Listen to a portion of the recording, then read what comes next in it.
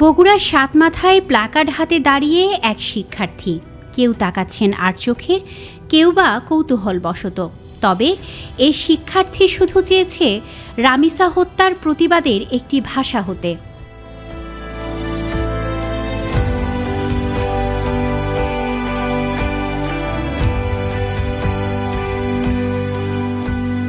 রামিসার এই ঘটনাটা দেখার পর আমি সেই রাতে ঘুমাতে পারিনি। রামিসা যদি আমার নিজের বোন হতো, আমি কি পারতাম আমার একটা বোনকে এইভাবে আমি মৃত্যুর মুখে ঠেলে দিতে?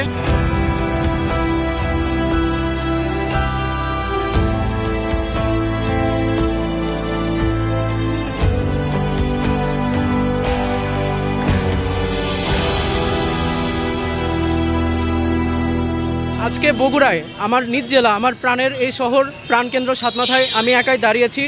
কারণ আমার মনে হয়েছে অন্তত কিছু মানুষ তো দেখবে যে রামিসার বাবা হয়তো এটা বুঝতে পারবে যে তিনি শুধু একা নন, তার সাথে বগুড়ার মানুষ আছে, বাংলাদেশের মানুষ তার সাথে আছে।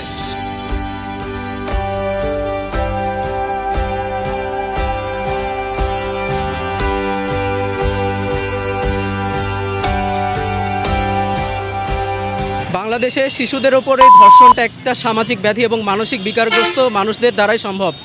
আমরা চাই এতটা নৃশংস এবং কঠোর দৃষ্টান্ত স্থাপন করা হোক।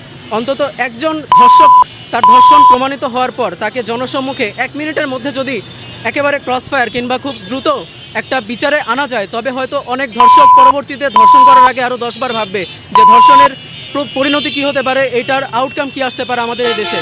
আমরা মাননীয় প্রধানমন্ত্রী তারেক রহমানের কাছে এই আশা ব্যক্ত করি। তার নিজের মেয়ে আছে, তার নিজের কন্যা সন্তান আছে।